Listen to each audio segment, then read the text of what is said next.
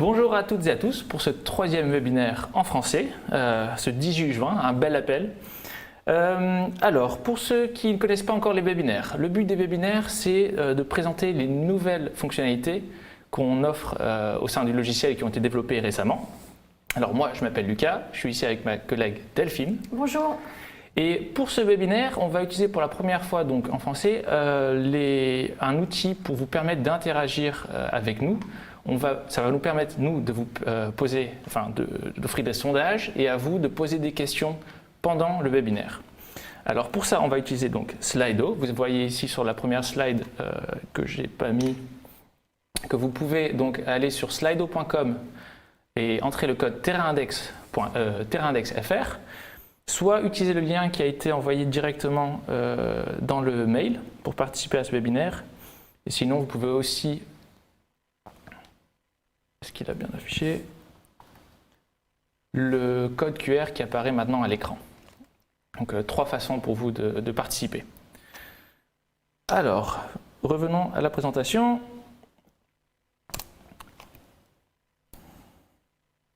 Donc, l'agenda pour aujourd'hui. On va faire une courte rétrospective sur le contenu du webinaire de la semaine prochaine, de la dernière fois, je veux dire. Les nouveautés apportées donc, depuis la dernière fois, quelques trucs et astuces pour vous faciliter le travail et avoir une utilisation plus professionnelle de TerraIndex. Et finalement, on vous présentera aussi ce qui s'est passé en coulisses. On a principalement accueilli 2 nouveaux collègues. Alors aussi, donc pour commencer, rétro sur le webinaire du 12 mars. Donc les points les plus importants, c'est qu'on a on a ajouté donc la possibilité de rentrer des mesures PID dans l'application. Aussi, gros truc qu'on a fait pour les utilisateurs francophones, c'est la possibilité d'ajouter des échantillons de gaz et d'air, donc de rentrer ces données tant dans le web que dans l'application et aussi de créer des rapports. Et ensuite, le troisième point qui était important, c'était les échantillons mélangés d'amiante. Donc maintenant, quand vous faites votre ordre de labo, vous avez la possibilité de sélectionner plusieurs échantillons qui ont le même code barre pour en faire un seul échantillon d'analyse. D'ailleurs aussi pour ceux qui ne savent pas, les webinaires, si vous en avez loupé celui de la dernière fois et que vous souhaitez revoir ces points plus en détail, vous pouvez retrouver les webinaires, tout comme les sessions questions-réponses, sur notre chaîne YouTube française.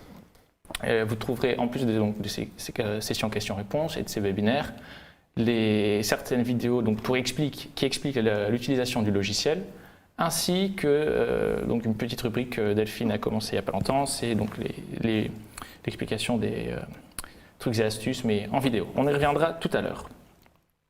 Alors, d'ailleurs, pour faire un petit test avec Slido, je voudrais faire un petit sondage pour voir si tout le monde a pu se connecter. On reste dans le thème de l'euro. Alors, pendant l'euro 2021, je suis pour. Bon, chacun peut répondre à sa façon. Moi aussi, je vais répondre. Bien sûr, on va dire que c'est pas très honnête ce que je fais. On va voir un peu. Ah, c'est quoi l'euro? Bon, pas de grands footballeurs aujourd'hui ou de fans de foot. Très bien. Enfin, ça sent que ça marche. Il y a moi et une personne qui participe aussi. On est nombreux aujourd'hui. Alors, on repasse à la présentation. Et je pense que maintenant, c'est Delphine qui va nous parler des nouveautés. Alors, les nouveautés, on va commencer par les brèves mises à jour qui s'affichent ici sur votre écran. Et en premier lieu, donc les nouveaux champs qui ont été rajoutés dans TerraIndex. Alors, on va aller directement dans la version web pour vous les montrer. Alors, au niveau de la couche de sol, on a rajouté 2 champs. Donc, il existait déjà un champ K dans lequel il fallait rentrer des valeurs uniquement. À présent, il est possibilité de renseigner ce paramètre avec des appréciations. Et un autre champ qu'on a rajouté également dans les descriptifs de couches, ce sont les mesures colorimétriques quand les mesures PID ne suffisent pas. Alors je vais juste... Hop. Voilà. Hop, on revient au web. Ensuite, autre champ qu'on a rajouté, cette fois-ci, c'est au niveau des échantillons de sol. Alors, c'était une demande venant du marché espagnol. Ils sont obligés par la loi de relever la température de l'échantillon de sol au moment où ils ont fait le prélèvement. Et on comprend qu'il y a peut-être aussi une évolution dans cette direction au niveau du marché français. Donc bon, c'est déjà possible en tout cas dans Terra Index maintenant. Au niveau des prélèvements d'eau, on a rajouté également un certain nombre de champs qu'on va trouver ici tout en bas, à savoir le curage. Donc si effectivement l'ouvrage a dû être curé avant de passer à la purge, et s'il y a eu un curage, renseigner la profondeur du piézomètre avant que le curage ait été effectué. Un dernier champ au niveau des prélèvements d'eau, c'est la réalimentation. Également à remplir en fonction d'appréciation.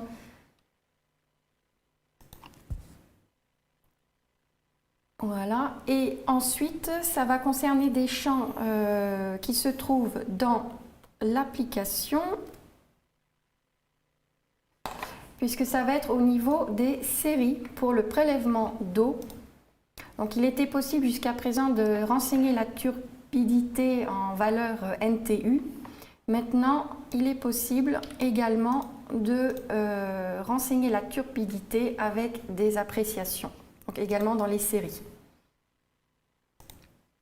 Toujours dans les séries, mais cette fois-ci concernant le prélèvement de gaz de sol, il nous a également été demandé le rajout de deux champs, le H2S et le niveau d'explosivité. Donc c'est lors d'un prélèvement de gaz, les limites explosives de gaz et de vapeur sont donc à relever, également en série, pour s'assurer que le prélèvement se fait dans de bonnes conditions, en tout cas en bonne sécurité. Et donc ces deux paramètres il est également possible de les renseigner dans les séries ici, niveau d'explosivité et H2S, donc au niveau du prélèvement de gaz. Super. Alors, je peux t'interrompre, on a eu une petite question de Mathieu. Alors, je vais la mettre à l'écran. Peut-on renseigner dans la série un assèchement de l'ouvrage? Enfin, si un assèchement de l'ouvrage a eu lieu. Alors, pas encore, mais on en a discuté effectivement il y a peu. C'est quelque chose qu'on va travailler là dans les 2 prochaines semaines. Où on va rajouter dans les séries, voyons voir, non, là je suis dans la version web.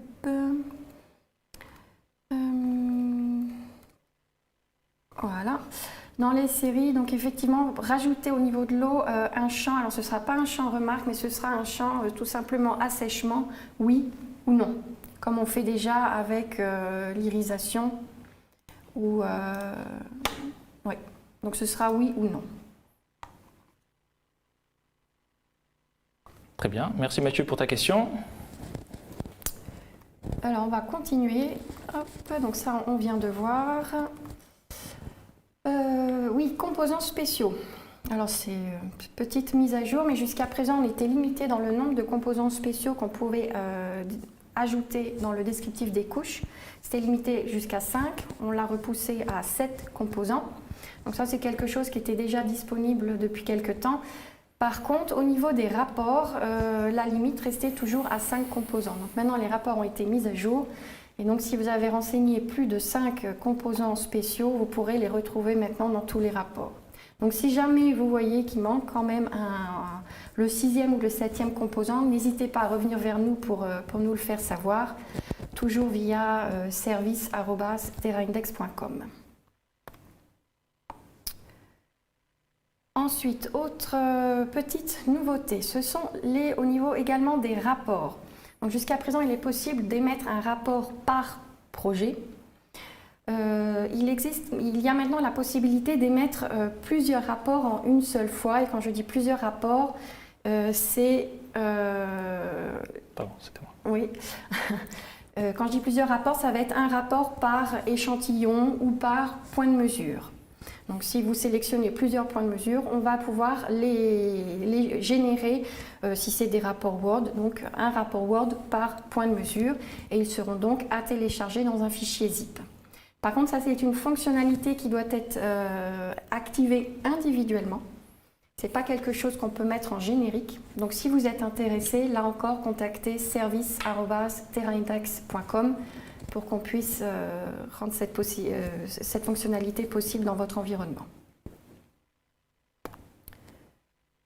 Ensuite, alors c'est vrai que ça ne concerne pas forcément le marché français, mais c'est quelque chose quand même qui nous a coûté pas mal de temps et d'efforts de développement concernant les rapports d'analyse et surtout le contrôle des valeurs mesurées par les laboratoires. Donc maintenant, il existe dans TerraIndex, au niveau des rapports, il est possible maintenant de contrôler les valeurs mesurées par le laboratoire selon les normes espagnoles. Donc si jamais vous avez à travailler avec des clients espagnols, sachez que maintenant tout est prêt ici, par province, puisqu'ils travaillent par province pour le sol et au niveau national pour l'eau. Par contre, une particularité du marché espagnol, c'est qu'ils ne se contentent pas de contrôler la valeur mesurée par le laboratoire, mais ils vont également contrôler les valeurs mesurées avec un pourcentage d'incertitude, plus ou moins. Donc, quand même vous allez générer un rapport de contrôle des paramètres, vous allez voir, en fait, ici, il y a deux boutons qui ont été rajoutés. Donc, ils sont en fait à utiliser uniquement si vous travaillez dans un contexte espagnol. Mais pour vous montrer un petit peu comment ça fonctionne, il suffit de cliquer sur Select, tout c'est sélectionné, et le bouton ici, valeur d'incertitude, va s'activer. Et en cliquant dessus, on vous demande en fait pour quel laboratoire il s'agit. Parce que les valeurs d'incertitude, donc les pourcentages d'erreur en fait, dépendent des laboratoires en fonction des méthodes et des équipements qu'ils utilisent. Et ils varient de paramètres chimiques en paramètres chimiques. Donc là, je choisis un laboratoire, je fais générer. Et que va faire le logiciel? Pour chaque échantillon, il va générer deux sortes d'échantillons supplémentaires dans lesquels on va pouvoir renseigner la valeur d'incertitude plus et la valeur ou le pourcentage d'erreur moins. Alors là, il met un petit peu de temps. Tout à l'heure, ça allait plus vite. Probablement qu'il y a beaucoup de points à exporter. Voilà. Donc juste pour vous montrer, donc ici on a l'échantillon d'origine et donc on a un échantillon plus, un échantillon moins. Et dans le rapport, ça va être également reporté, donc sous format fichier Excel. Vous trouverez à côté les valeurs de contrôle, les valeurs seuil, auxquelles on va comparer donc, les valeurs analysées par le laboratoire et les valeurs où il y aura une erreur de pourcentage. Donc ça, c'est vrai que ce n'est pas forcément typique au marché wallon ou français, mais au moins pour vous montrer un petit peu ce qu'on peut encore faire dans TerraIndex, surtout si vous travaillez avec vos propres normes, donc pas forcément spécifiques à un pays. On peut mettre ça en place également pour vous si vous avez des besoins spécifiques ou bien propres à votre entreprise. Donc on va peut-être attendre plus tard qu'il se télécharge. Quand il sera prêt, on remontera le document en question. Hop. Donc voilà pour ce qui est des petites mises à jour de ces 3 derniers mois. Super, merci beaucoup Delphine. Alors on est curieux de savoir ce que vous en pensez de ces mises à jour. N'oublie pas, on va revenir sur le document qui génère donc ces normes avec les incertitudes. Mais en attendant, on va lancer un petit sondage. Oui, ces mises à jour sont-elles utiles pour vous? Là aussi, vous pouvez utiliser Slido et nous dire ce que vous en pensez. En attendant, on va repasser à la présentation. Et on va parler donc des données météorologique. Alors, on a eu une demande de deux pays différents, de clients de deux pays différents. Un des Pays-Bas qui demandait la possibilité de pouvoir indiquer quand est-ce qu'un technicien a visité un site, donc c'est-à-dire voilà, indiquer depuis la tablette la date et l'heure de visite d'un site. Et on a eu la demande de clients français pour savoir s'il était possible d'indiquer, principalement pendant les campagnes de monitoring de prélèvement d'eau, les conditions météorologiques à des heures précises. Donc on a décidé de combiner ces deux options dans l'option qu'on va appeler les visites de site. Alors je vais passer à Terrain Index. Bon, on va fermer la génération du document, apparemment ça prend un peu trop longtemps, trop de points de mesure sélectionnés.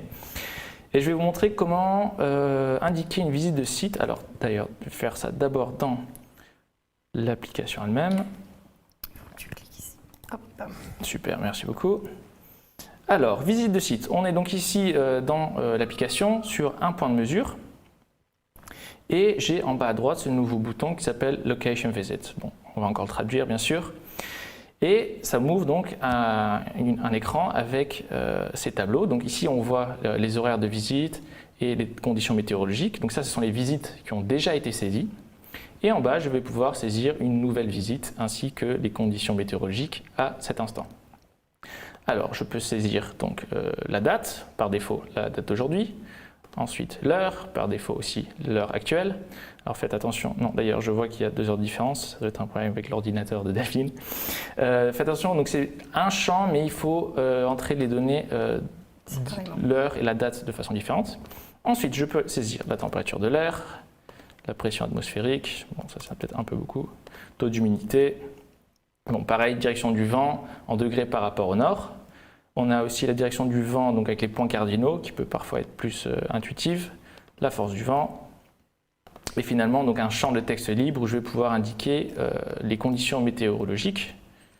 Alors nuageux, dans ce cas-là, hop, j'ajoute cette donnée-là et ça me fait une entrée voilà, tout en haut additionnelle dans le tableau. Donc aussi je peux faire les filtrer par ordre croissant, décroissant pour les colonnes différentes. Et en bas, tout à droite, j'ai la corbeille pour supprimer les saisies. Alors, comment je retrouve ces données dans Terrain Index Web? Tout simplement dans le tableau, ici en haut à droite. Alors, pour ça, je vais donc le tableau et j'ai à gauche, pour ceux qui le connaissent déjà, les différents onglets. Et j'ai donc ce nouvel onglet VS Visite de site.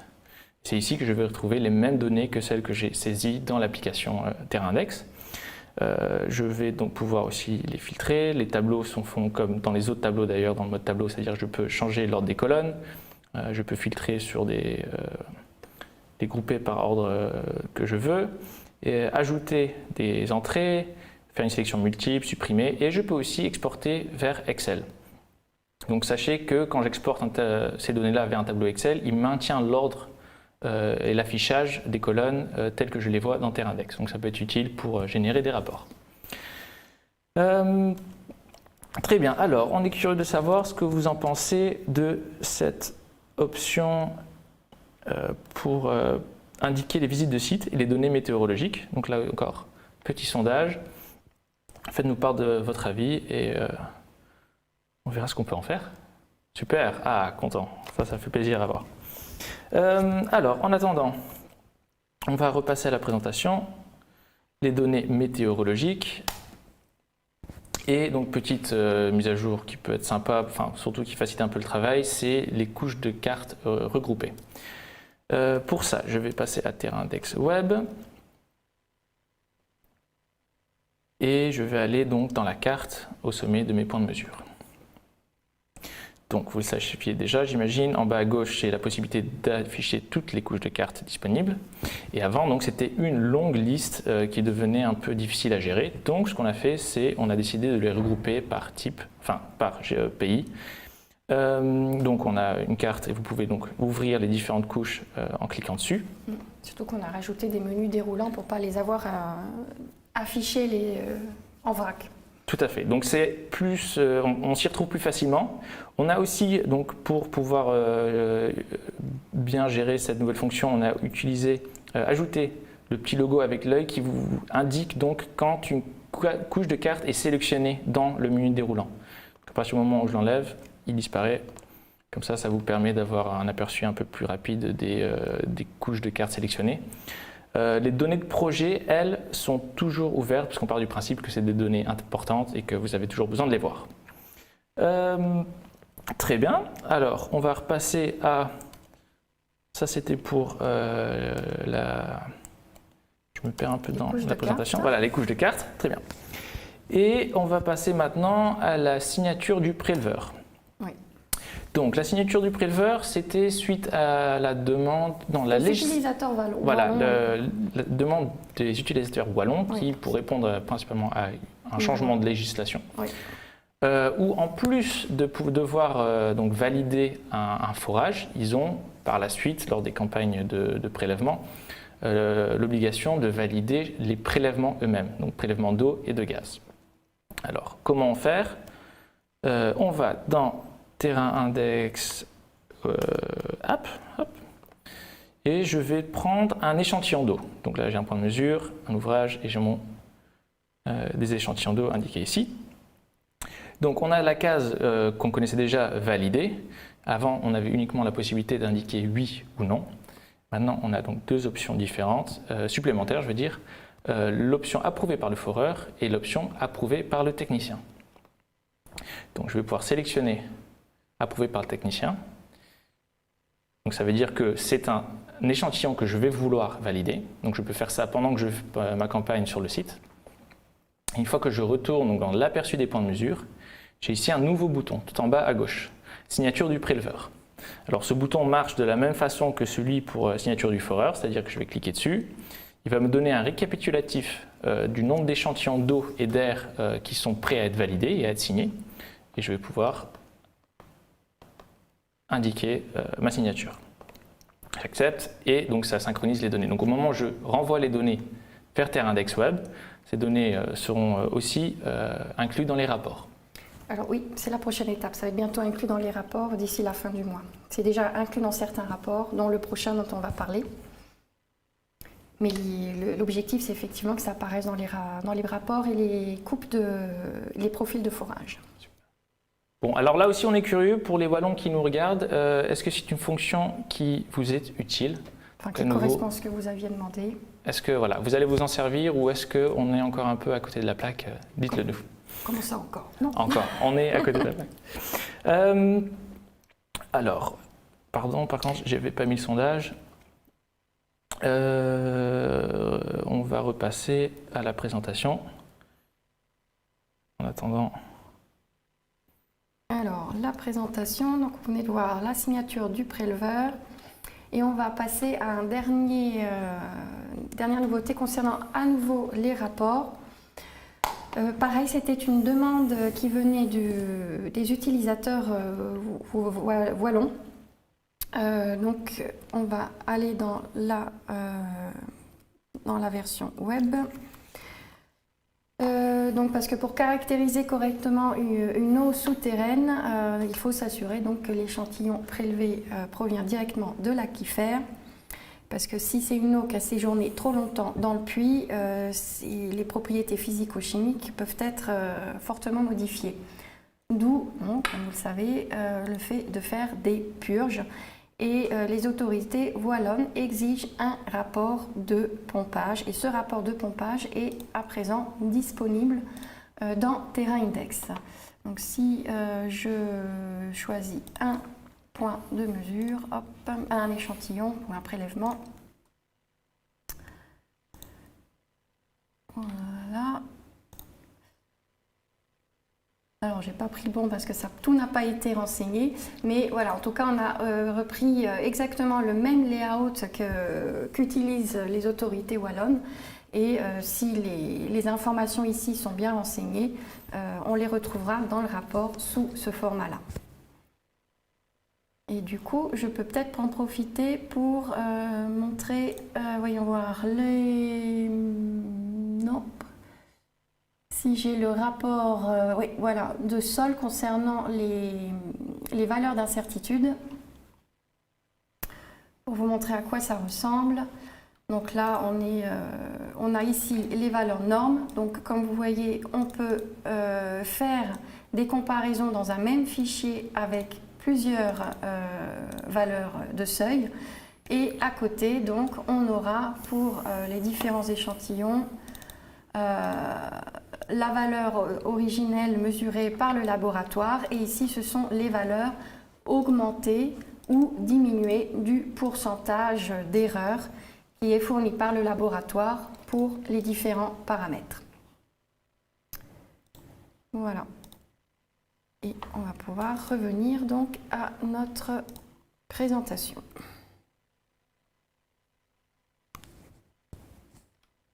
Super, merci beaucoup Delphine.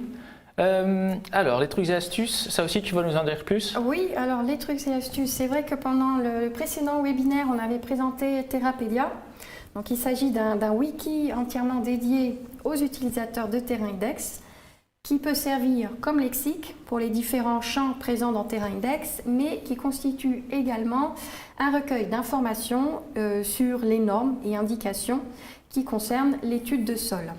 Et donc, qu'est-ce qu'on a fait dans la version web, au niveau à côté de votre nom d'utilisateur, quand vous cliquez sur les traits horizontaux, on a rajouté un lien vers ce Wikipédia où vous pouvez donc retrouver différentes informations. Donc là, par exemple, mes horizons, à quoi ça correspond. Ça peut être aussi des caractéristiques concernant le sol, les couleurs, quand l'eau ou le sol est vert ou olive par exemple, c'est quoi les différences. Donc ça maintenant ce lien est directement présent dans la version web. Pour l'instant c'est la version anglaise, mais on travaille actuellement à la version française, ça va être traduit dans pas longtemps. Également, toujours dans le web, on a rajouté un lien aussi vers les tutorials. Donc sur notre chaîne YouTube en français, on a une série de tutorials spécialement dédiés sur le web. Donc on vous explique brièvement les fonctionnalités de la version web. Mais sur la chaîne YouTube, vous avez également d'autres rubriques. Vous avez également les tutorials comprenant la version app où on va approfondir un peu les fonctionnalités spécifiques à l'application.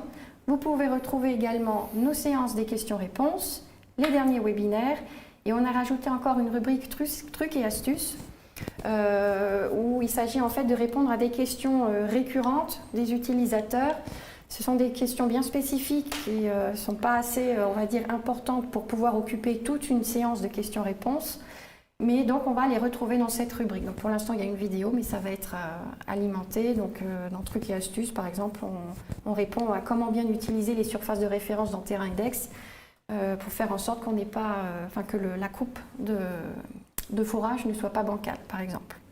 Donc, voilà, j'irai rendez-vous régulièrement sur notre chaîne pour retrouver les tutorials, les dernières nouveautés.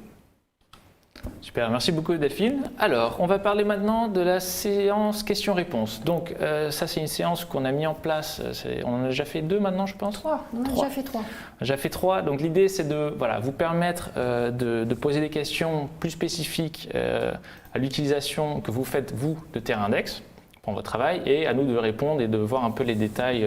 Voilà, oui. C'est surtout si y a des fonctions que vous ne savez pas à quoi ça sert ou vous ne comprenez pas bien le fonctionnement ou des nouvelles fonctionnalités également du logiciel, eh ben, on fait des démonstrations en direct.